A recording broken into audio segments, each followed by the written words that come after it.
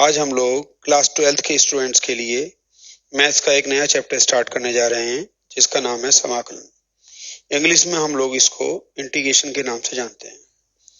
बच्चों, आप पहले से ही मैथमेटिक्स की बहुत सारी ऑपरेशंस के बारे में जान चुके हैं, जैसे कि एक होती है एडिशन। एडिशन के लिए हम लोग ये वाला सिंबल इस्तेमाल करते हैं। दूसरी है एक सब्ट्रैक्शन यानी कि घटाना, इसके लिए हम लोग ये सिंबल इस्तेमाल करते हैं। तीसरी है मल्टीप्लिकेशन, ये वाला सिंबल इस्तेमाल किया जाता है, डॉट भी लगाया जाता है कभी कभी। और चौथी जो है वो है डिवीजन, जिसके लिए हम लोग ये वाला सिंबल इस्तेमाल करते हैं। बच्चों, ये सारी ऑपरेशंस जो हैं दो नंबर्स के बीच में काम करती हैं। यानी कि जैसे हम लोग दो नंबर ऐड करना चाहते हैं, 2 और 3, तो हम 2 और 3 के बीच में एडिशन का साइन लगाएंगे, जिससे कि हमें रिजल्ट मिलता है 5। इसी तरह से हम लोग अगर 2 और 3 की मल्टीप्लिकेशन करना चाहते हैं तो हम लोग इनके बीच में क्रॉस का इस्तेमाल करते हैं, 2 मल्टीप्लाइड विथ 3, और रिजल्ट मिलता है हमें 6। तो ये सारी चारों की चारों ऑपरेशंस जो हैं वो नंबर्स के बीच में काम करती हैं। इसके बाद हम लोगों ने इसी साल 12th क्लास में एक नई ऑपरेशन पढ़ी थी जिसे हम लोग कहते हैं अवकलन या डिफरेंशिएशन। अवकलन के लिए या डिफरेंशिएशन के लिए हम लोग जो सिंबल इस्तेमाल करते हैं दैट इज d/dx। लेकिन एक ये फर्क है, जहां ये ऊपर वाली चारों की चारों ऑपरेशन नंबर्स के लिए काम करती हैं, वहीं पर ये डिफरेंशिएशन जो है वो वेरिएबल्स यानी कि चर के लिए काम करता है। जैसे कि अगर मान लीजिए कोई फंक्शन f(x) है और हम लोग उसको चर x के रेस्पेक्ट में डिफरेंशिएट करना चाहते हैं, अवकलन करना चाहते हैं, तो हम उसके लिए लिखते हैं d/dx f(x). एक्चुअल में जो d/dx जो है ये सिंबल जिसे हम कह रहे हैं बार बार, इसका सही नाम है डिफरेंशियल ऑपरेटर या अवकल संकारक। इसका काम क्या है? ये किसी भी फंक्शन का डिफरेंशिएशन कर सकता है। जैसे किसी फंक्शन का, जैसे मैंने दिखाया यहाँ पर कि हम f(x) का डिफरेंशियल करना चाहते हैं, तो हमें f(x) को d/dx के राइट साइड में लिखना पड़ता है यहाँ। और अगर हम इस तरह से लिख देते हैं कहीं पर f(x) और d/dx, तो ये डिफरेंशियल ऑपरेटर अब इस f(x) का डिफरेंशिएशन नहीं कर सकता।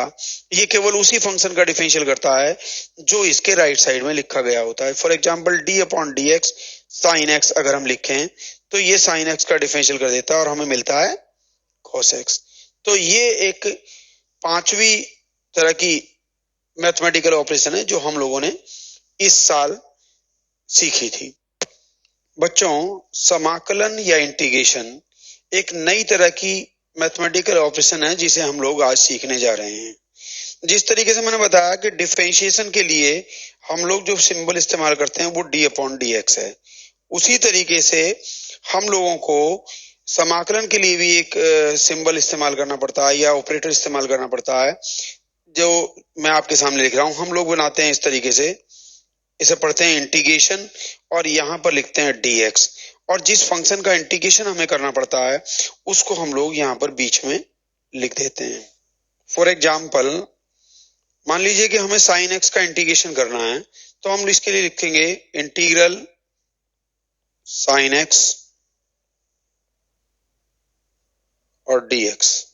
इसी तरीके से मान लीजिए हम लोगों को x की पावर 3 का इंटीग्रेशन करना है, तो हम लिखेंगे इंटीग्रल x³ dx। इसी प्रकार से अगर हमें tan इनवर्स x का इंटीग्रेशन लिखना है तो हम इसके लिए लिखेंगे integral tan inverse x and dx। तो मैं समझता हूं इस प्रकार से आप लोगों को किसी भी फंक्शन का इंटीग्रेशन लिखना आ गया होगा। बच्चों, यहाँ पर जो कुछ हम कर रहे हैं इसमें 3 चीजें हैं। एक तो हम लोग कह रहे हैं, यहाँ पर हम कर रहे हैं इंटीग्रेशन, या हिंदी में बोलते हैं हम लोग समाकलन।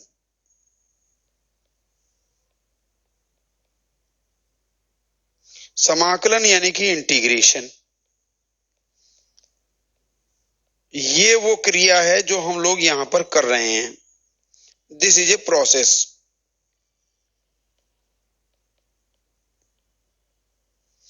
और एक चीज होती है वो फंक्शन जिसका हम इंटीग्रल कर रहे हैं, इंटीग्रेशन कर रहे हैं, ये इसे हम बोलते हैं समाकल्य। समाकल्य इंग्लिश में बोलते हैं इंटीग्रेंट।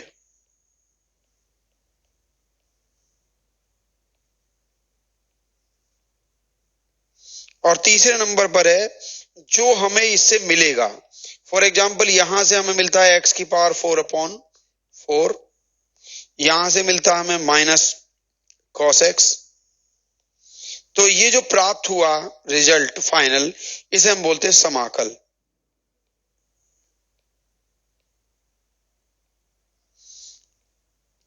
या इंटीग्रल। ये एक्स की पावर 4/4 इंटीग्रल है किसका? एक्स क्यूब का। ऐसे ये माइनस कोस एक्स इंटीग्रल है किसका? साइन एक्स का। तो इसका मतलब ये हुआ जब हमने लिखा इंटीग्रल साइन एक्स dx बराबर है माइनस कोस एक्स। हम कह रहे हैं इसे क्या है, ये है इंटीग्रल, लेकिन ये इसके बराबर है, तो ये भी एक्चुअली इंटीग्रल होगा। ये क्या है? ये है साइन एक्स का इंटीग्रल, और फाइनल रिजल्ट क्या आ रहा है यहाँ पर? Minus cos x. तो बच्चों अभी हमने किसी समाकलन को लिखना सीखा, और समाकलन, समाकल्य और समाकल, इन तीनों का अर्थ जाना।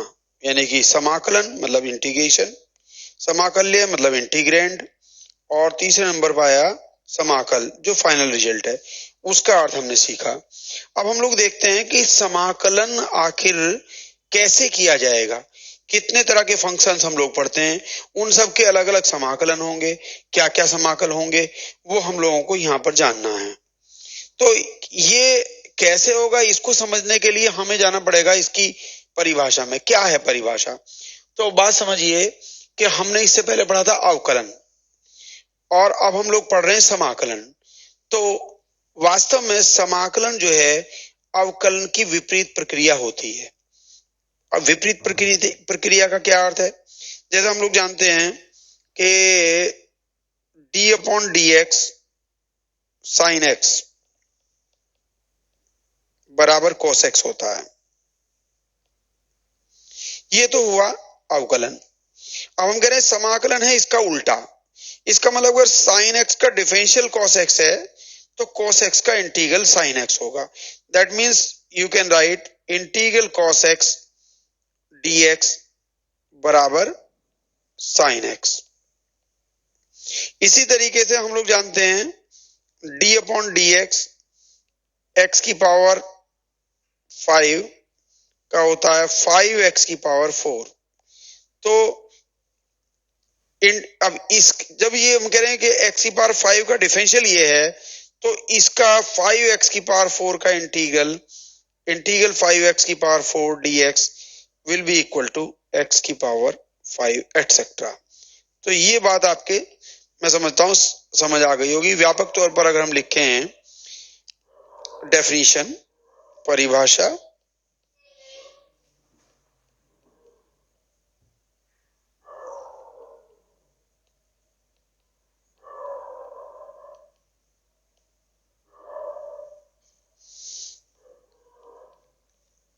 यदि d/dx कैपिटल एफ एक्स बराबर है स्मॉल एफ एक्स, तब परिभाषा ये कहती है एफ एक्स का जो समाकलन होगा, स्मॉल एफ एक्स का समाकलन, ये कैपिटल एफ एक्स होगा। दैट इज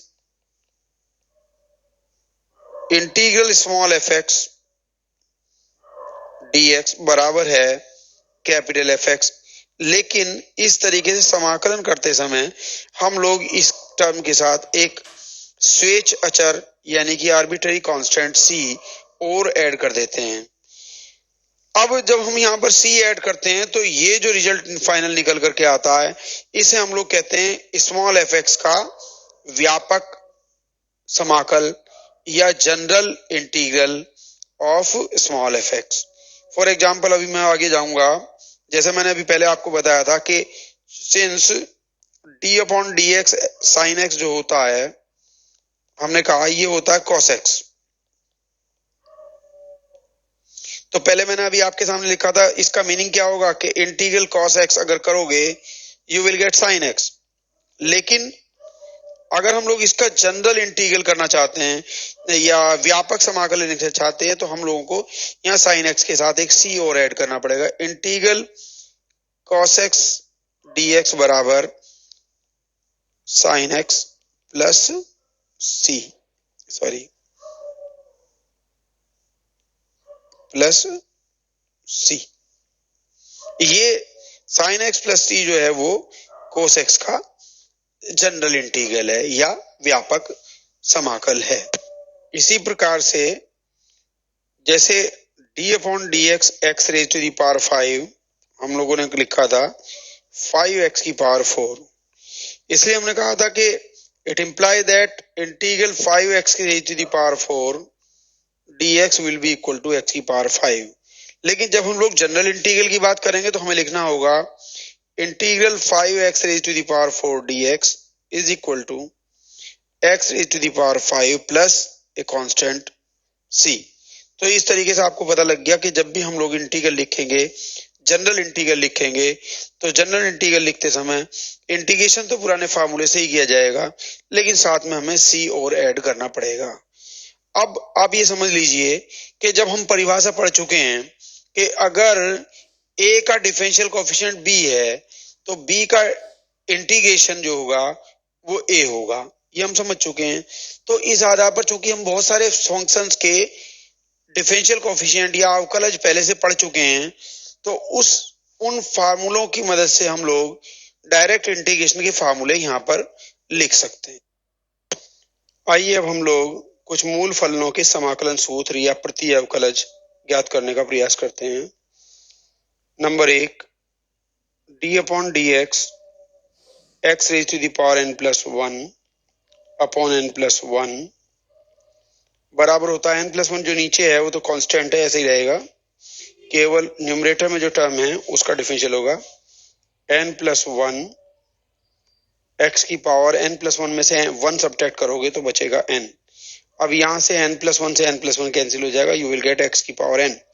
ये आप ध्यान रखने की जरूरत है यहाँ पर कि यहाँ n की वैल्यू -1 नहीं हो सकती, अदरवाइज नीचे जो लिखा हमने डिनोमिनेटर ये टर्म जो है वो 0 हो जाएगा, उस केस में ये फार्मूला काम नहीं करता है। तो हमने यहाँ देखा कि ये x की पावर n प्लस 1 बटे n प्लस 1 का जो अवकलज है वो x की पावर n है, इसलिए बाय डेफिनेशन x की पावर n का जो इंटीग्रल या प्रति अवकलज होगा ये होगा इंटीग्रल x की पावर n dx बराबर है x की power n plus 1 upon n plus 1 और प्लस एक कांस्टेंट c, जबकि हमने कहा n is not equal to -1। Number 2, अब हम दूसरे केस की बात करते हैं। अगर बाई चांस n की वैल्यू -1 ही हो जाए तब क्या करेंगे? तो हम लोग जानते हैं कि d upon d x log mod x जो होता है वो 1 अपॉन x होता है, इसलिए अगर हम लोग इंटीग्रल x की पावर -1 dx लिख रहे हैं then we can write this like integral 1 upon x dx, और चूंकि 1 अपॉन x अवकल किसका है? लॉग मोड x का, इसलिए यहां पर 1 अपॉन x का इंटीग्रल जो होगा that will be equal to log mod x plus c। और 3, since d upon d x e raise to the power x होता है e की पावर x, इसलिए बाय डेफिनेशन e की पावर x का इंटीग्रल भी अगर हम करेंगे तो वो भी वापस e की पावर x प्लस c होता है। Number 4, since d upon d x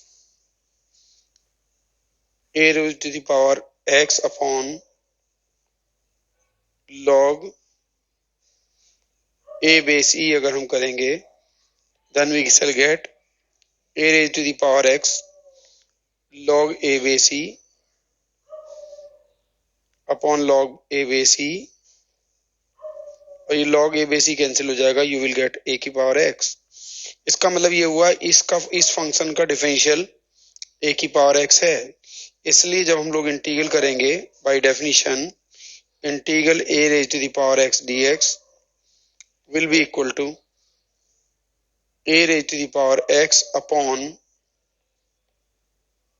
log a base e plus constant c। Number 5, चूंकि d upon d x sine x बराबर होता है cos x, इसलिए बाय डेफिनेशन अगर हम cos x का इंटीग्रल करेंगे then we shall get integral cos x dx is equal to sin x plus a constant c। Number 6, d upon d x minus cos x अगर हम करें we will get minus बाहर रहेगा, cos x का हो जाएगा minus sin x is equal to sin x। इसका मतलब ये हुआ माइनस cos x का डिफरेंशियल sin x है, इसलिए by definition integral sin x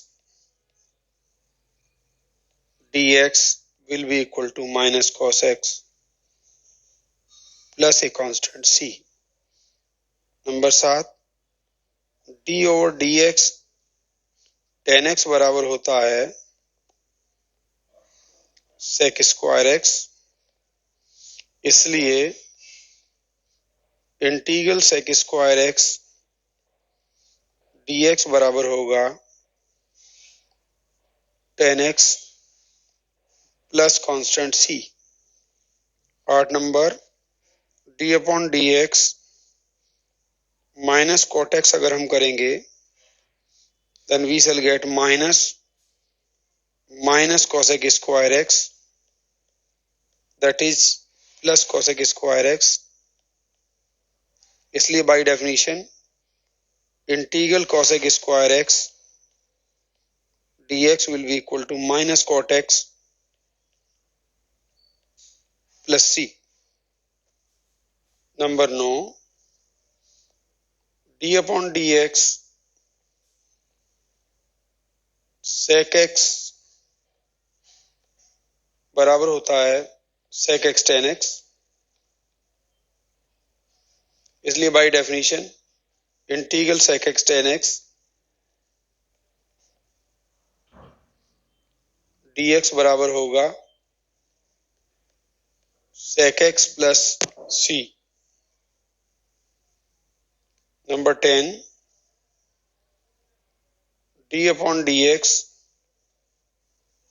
minus cosec x होता है, माइनस बाहर, फिर minus cosec x cot x, it imply that cosec x cot x ये डिफरेंशियल है माइनस cosec x का। So by definition integral cosec x cot x dx will be equal to minus cosec x plus constant c। 7, since d upon dx sin inverse x बराबर होता है 1 upon root 1 minus x square, इसी तरीके से d upon d x minus cos inverse x अगर किया जाए then you will get minus 1 upon root 1 minus x square is equal to 1 upon root 1 minus x square. इस तरीके से हम लोग देख रहे हैं ये 1 upon root 1 minus x square minus cos inverse x का डिफरेंशियल है, और ऐसे ही ये 1 upon root 1 minus x square sine inverse x का डिफरेंशियल भी है। इसका मतलब इसका इंटीग्रल साइन इनवर्स एक्स भी हो सकता है और माइनस कॉस इनवर्स एक्स भी हो सकता है। Imply that integral 1 upon root 1 minus x square dx is equal to either sin inverse x plus c or this dx equals minus cos inverse x plus c। इसी तरह से 12वें number पर हम लोग आते हैं, d upon d x tan inverse x अगर किया जाए तो हमें मिलेगा 1/1 प्लस एक्स स्क्वायर, और d upon d x minus cot inverse x अगर किया जाए तो भी हमें 1/1 प्लस एक्स स्क्वायर मिलता है, 1/1 प्लस एक्स स्क्वायर। तो इसका मीनिंग ये हुआ 1/1 प्लस एक्स स्क्वायर को अगर इंटीग्रेट करेंगे तो हमें tan inverse x plus c भी मिल सकता है और minus cot inverse x plus c भी मिल सकता है। So we shall get integral 1/1 plus x square dx is equal to either tan inverse x plus c और आपको मिलेगा minus cot inverse x plus c. 30 number, since d upon d x sec inverse x होता है 1/x root x square minus 1 and d upon d x minus cosec inverse x होता है 1/x root x square minus 1। इसलिए अगर हम लोग 1/x root x square minus 1 का integral करेंगे तो हमें सेक इनवर्स एक्स प्लस सी भी मिल सकता है और दिस प्लस सी भी मिल सकता है। So we get integral 1/x root x square minus 1 dx is equal to sec inverse x plus c, और आप लिख सकते हैं minus cosec inverse x plus c. इस तरीके से हमारे पास 13 मानक फलनों के समाकलन सूत्र प्राप्त हो जाते हैं, जिन्हें आपके सामने स्क्रीन पर एक टेबल के रूप में दिया गया है। आप लोगों को चाहिए कि इन सभी सूत्रों को आप अपनी कॉपी में नोट कर लें ताकि आने वाले क्वेश्चनों में आप इनका इस्तेमाल कर सकें।